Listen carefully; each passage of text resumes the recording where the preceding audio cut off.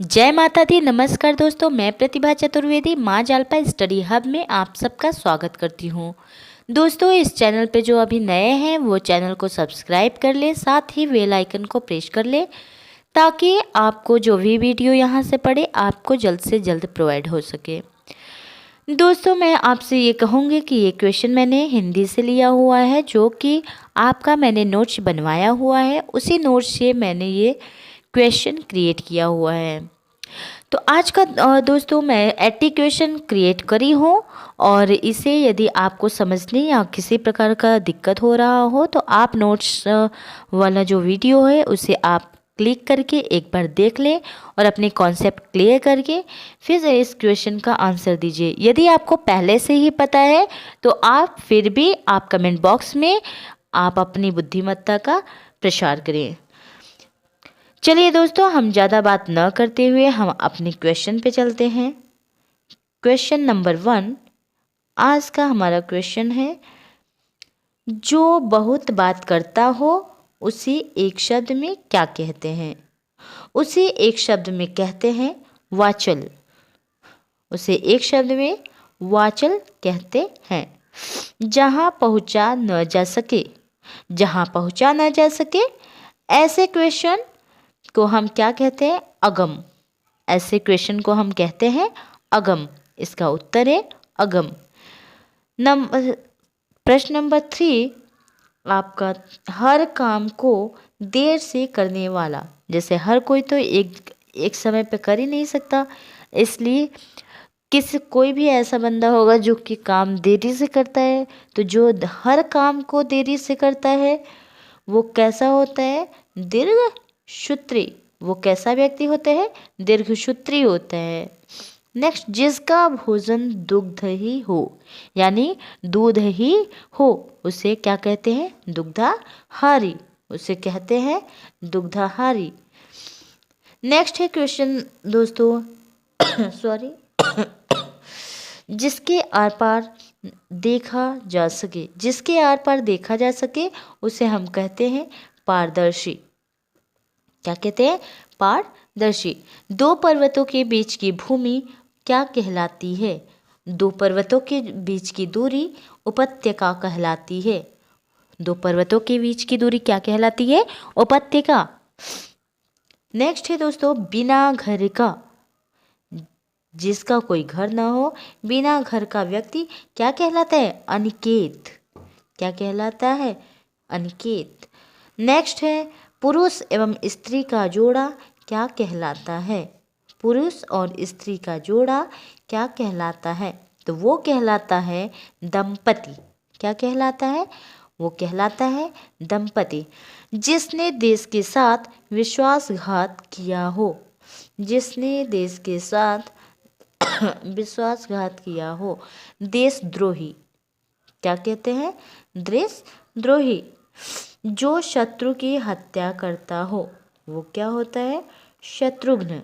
जो शत्रु की हत्या करता है वो शत्रुघ्न कहलाता है। नेक्स्ट दोस्तों, क्रिया का मूल रूप क्या कहलाता है? क्रिया का मूल रूप क्या कहलाता है? क्रिया का मूल रूप धातु कहलाता है। सर्वनाम के साथ प्रयुक्त होने वाली विभक्ति क्या होती है? सर्वनाम के साथ प्रयुक्त होने वाली विभक्ति संश्लिष्ट कहलाती है। सर्वनाम के साथ संयुक्त होने वाली विभक्ति संश्लिष्ट कहलाती है। हिंदी में कारक कितने प्रकार के होते हैं? हिंदी में कारक आपके 8 प्रकार के होते हैं। यहाँ यदि आपको कोई भी संशय हो तो आप मेरा प्रीवियस वीडियो जाकर के देख लें, उसमें आपको पूरे अच्छे तरीके से करवाया गया है और आप लोग बहुत अच्छे से उसे देखने के बाद आपका कॉन्सेप्ट क्लियर हो जाएगा। नेक्स्ट दोस्तों हमारा है, संज्ञा कितने प्रकार के होते हैं? संज्ञा हमारा 5 प्रकार का होता है। जो संज्ञा हमारा कितने प्रकार का होता है? 5 प्रकार का। व्यक्तिवाचक संज्ञा, जातिवाचक संज्ञा, भाववाचक संज्ञा, समूहवाचक संज्ञा और द्रव्यवाचक संज्ञा। यहाँ द्रव्यवाचक है दोस्तों, थोड़ा मिस्टेक हो जाता है कभी कभी टाइपिंग में। वे शब्द जो विशेषण की भी विशेषता बतलाते हैं उन्हें क्या कहते हैं? जो विशेषण की भी विशेषता बतलाते हैं उसे क्या कहते हैं? उसे कहते हैं प्रविशेषण। उसे कहते हैं प्रविशेषण। सर्वनाम किसे कहते हैं? सर्वनाम किसे कहते हैं? सर्वनाम वे शब्द कहलाते हैं जो संज्ञा के स्थान पर प्रयोग किए जाते हैं, जैसे यह, वह, वे, इनका, इन्हें आदि। सर्वनाम कितने प्रकार के होते हैं? सर्वनाम आपके 6 प्रकार के होते हैं। सर्वनाम आपके कितने प्रकार के होते हैं? सर्वनाम आपके 6 प्रकार के होते हैं।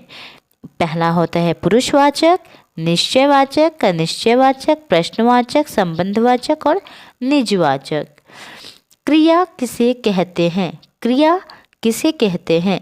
जिस शब्द किसी से काम के करने या होने का बोध हो उसे क्रिया कहते हैं, जैसे खाना, हंसना, रोना और बैठना आदि। क्रिया मुख्य रूप से कितने प्रकार की होती है? क्रिया, यदि आपसे क्वेश्चन ये पूछा जाए कि क्रिया कितने प्रकार की होती है तो अलग बताएंगे, लेकिन क्रिया मुख्य रूप से कितने प्रकार की होती है तो वो आपके होते हैं 2 प्रकार की होती है। कौन कौन सा? एक होता है अकर्मक क्रिया और एक होता है सकर्मक क्रिया। नेक्स्ट है काल कितने प्रकार के होते हैं? काल 3 प्रकार के होते हैं। कौन कौन सा? वर्तमान काल, भूतकाल, भविष्यकाल। नेक्स्ट है दोस्तों, श व्यंजन का उच्चारण स्थान कौन सा है? श व्यंजन का उच्चारण स्थान कौन सा है? तो उसका उच्चारण स्थान है तालु। व वर्ण का उच्चारण स्थान क्या है? तो वह वर्ण का उच्चारण स्थान दंत और ओष्ठ दोनों मिलाकर के हैं। यदि दोस्तों आपको तालु, दंत या होस्ट इन सब में कोई प्रॉब्लम आ रही है तो आप इसे बोल करके भी ध्यान दे सकते हैं कि यदि आप बोल रहे हैं तो कौन सा दांतों से लग रहा है। यदि दांतों से लग रहा है तो वो दंतव्य हुआ, जो आपके तालु से लग रहा है वो तलव्य हुआ। ठीक है, इस तरीके से आप उसको एग्जाम हॉल में कर सकते हैं। नेक्स्ट है दोस्तों, ण का उच्चारण स्थान क्या है? ङ का यानी अंग जो होता है, घ के बाद अंग, अंग का उच्चारण स्थान कंठ होता है। क वर्ण का उच्चारण की दृष्टि से क्या होता है? तो क वर्ण उच्चारण स्थान की दृष्टि से कंठस्थ से होता है, कंठस्थ होता है, यानी कंठव्य जिसे बोलते हैं, कंठव्य जो कंठों से, जिसकी कंठों से ध्वनि निकलती है वो हमारा कंठव्य होता है। वर्ग के द्वितीय व चतुर्थ व्यंजन क्या कहलाते हैं? वर्ग के द्वितीय व चतुर्थ व्यंजन क्या कहलाती है? ए और ए का उच्चारण स्थान क्या है? तो ए और ए का उच्चारण स्थान कंठ तालु है। ए और ए का उच्चारण स्थान कंठ तालु है। घ का उच्चारण स्थान क्या है? तो घ का उच्चारण स्थान कंठ है। घ का उच्चारण स्थान कंठ है। वर्ण के प्रथम व तृतीय पंचम वर्ण क्या कहलाते हैं? तो वो कहलाते हैं अल्प प्राण। मात्रा के आधार पर हिंदी स्वरों के 2 भेद कौन से हैं? तो वो होते हैं ह्रस्व और दीर्घ। ह्रस्व और दीर्घ। नेक्स्ट है दोस्तों, सर्वनाम के साथ प्रयुक्त होने वाली विभक्तियां होती हैं। सर्वनाम के स्थान पर प्रयुक्त होने वाली विभक्तियां कौन सी है? तो यही क्वेश्चन मैंने ऊपर भी पूछा हुआ है, लेकिन थोड़ा सा घुमा के, तो उसका आंसर होता है संश्लिष्ट। शिक्षक विद्यार्थी को हिंदी पढ़ाते हैं, वाक्य में क्रिया के किस रूप का प्रयोग हुआ है?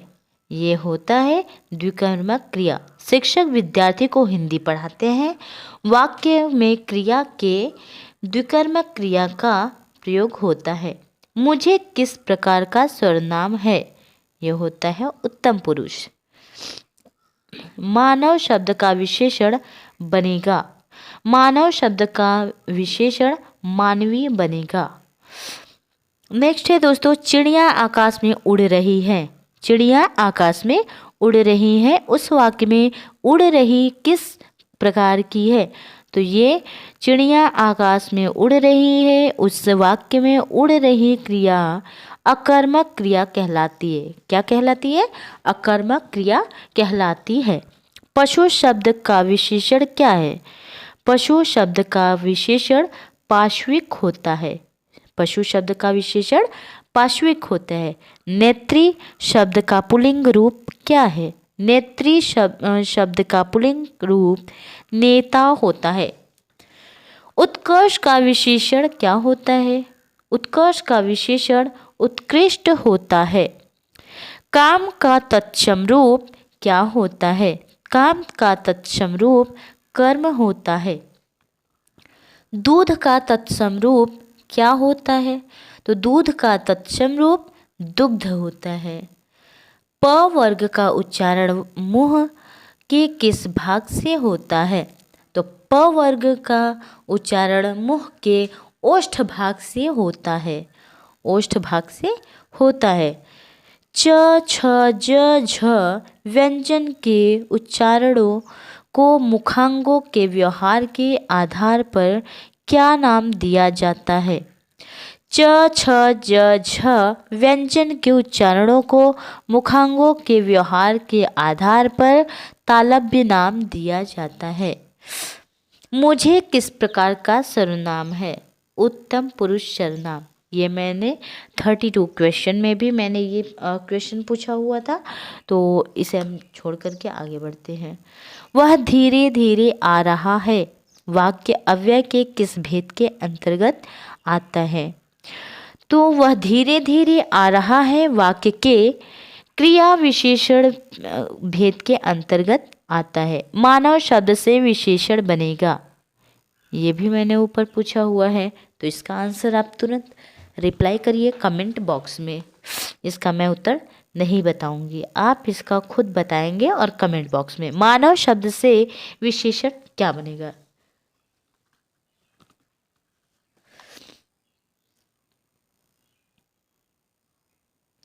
नेक्स्ट है दोस्तों, चिड़िया आकाश में उड़ रही है। इस वाक्य में उड़ रही क्रिया किस प्रकार की है? क्योंकि ये मैंने ऊपर पूछा हुआ है, तो मैंने इसलिए दोबारा कर दिया है कि ताकि आप लोग इसका आंसर कमेंट बॉक्स में लिखें। तो इसका मुझे बताइए, ये चिड़िया उड़ रही है किस प्रकार की? इस वाक्य में उड़ रही क्रिया किस प्रकार की है? तो जो भी है आप तुरंत लिखिए। बुढ़ापा भी एक प्रकार का अभिशाप है। इस वाक्य में बुढ़ापा किस संज्ञा का भेद है? उसे आप बताइए। तो उसका आंसर होगा यानी उत्तर होगा भाववाचक संज्ञा। आलस्य शब्द का विशेषण क्या है? आलस्य शब्द का विशेषण आलसी होता है। सॉरी दोस्तों। प्रवृत्ति का विलोम शब्द क्या है? प्रवृत्ति का विलोम शब्द निवृत्ति होता है। अंतरंग का विलोम शब्द क्या होता है? अंतरंग का विलोम शब्द बहिरंग होता है। गुप्त का विलोम शब्द क्या होता है? गुप्त का विलोम शब्द प्रकट होता है। सामिश का विलोम शब्द क्या होता है? तो सामिश का विलोम शब्द आमिष होता है। गमन का विलोम शब्द क्या होता है? तो गमन का विलोम शब्द आगमन होता है। सम्मुख का विलोम शब्द क्या होता है? सम्मुख का विलोम शब्द विमुख होता है। सुकारार्थ का विलोम शब्द क्या होता है? सुकारार्थ का विलोम शब्द अकारथ होता है। अगानत का विलोम शब्द क्या होता है? यानी अगानत का विलोम शब्द क्या होता है? तो उसका होता है आगत। उपमान का विलोम शब्द क्या होता है? तो उपमेय होता है। मौन का विलोम शब्द क्या होता है? मौन का विलोम शब्द मुखर होता है। जो बहुत ज़्यादा बोलता है उससे हम मुखर ही कहते हैं। शब्द यहाँ डैश है। डैश के बाद यहाँ पे पूछा गया है कि प्रयास की अपेक्षा सामूहिक प्रयास का बल अधिक होता है। तो यहाँ पे क्या फिल किया जाएगा? यदि आपको पता है तो वीडियो को पॉज करिए और कमेंट सेक्शन में लिखिए। चलिए इसका मैं उत्तर बताती हूँ। इसका उत्तर होता है एकांगी। गांधी जी के अनुसार अत्याचार का उत्तर किससे लिया जाता है? किससे देना ही मनुष्यता है? तो उसका है सदाचार। श्रवण कुमार के माता पिता दशरथ को दिया गया शाप की भी उनके लिए बन गया। क्या बन गया था? वरदान। क्या बन गया था? आप यहाँ पे नोट डाउन कर लेंगे। वरदान बन गया था। सत्य बोलो मगर कटु सत्य मत बोलो किस प्रकार का वाक्य है? यह है आपका संयुक्त वाक्य, यानी सत्य बोलो मगर। यहाँ अगर मगर लेकिन आ जाए तो आप समझ जाइए संयुक्त वाक्य होता है। जब तक वह घर पहुंचा तब तक उसके पिता जा चुके थे। यह वाक्य किस प्रकार के हैं? तो ये वाक्य हैं आपके मिश्रित वाक्य। नेक्स्ट है दोस्तों, यथासंभव अपना गृह कार्य शाम तक पूरा कर लो। ये वाक्य किस प्रकार का है? यह वाक्य विधिवाचक है। हिंदू विश्वविद्यालय की स्थापना मदन मोहन मालवीय ने की थी। में वाक्य का प्रकार है। कौन सा प्रकार है? तो ये कृत्यवाच्य है। व्यवहार में तुम बिल्कुल वैसे ही हो जैसे तुम्हारे पिताजी। में वाक्य का प्रकार है। ये कौन सा प्रकार है? तो ये है मिश्र वाक्य। हम अपनी संस्कृति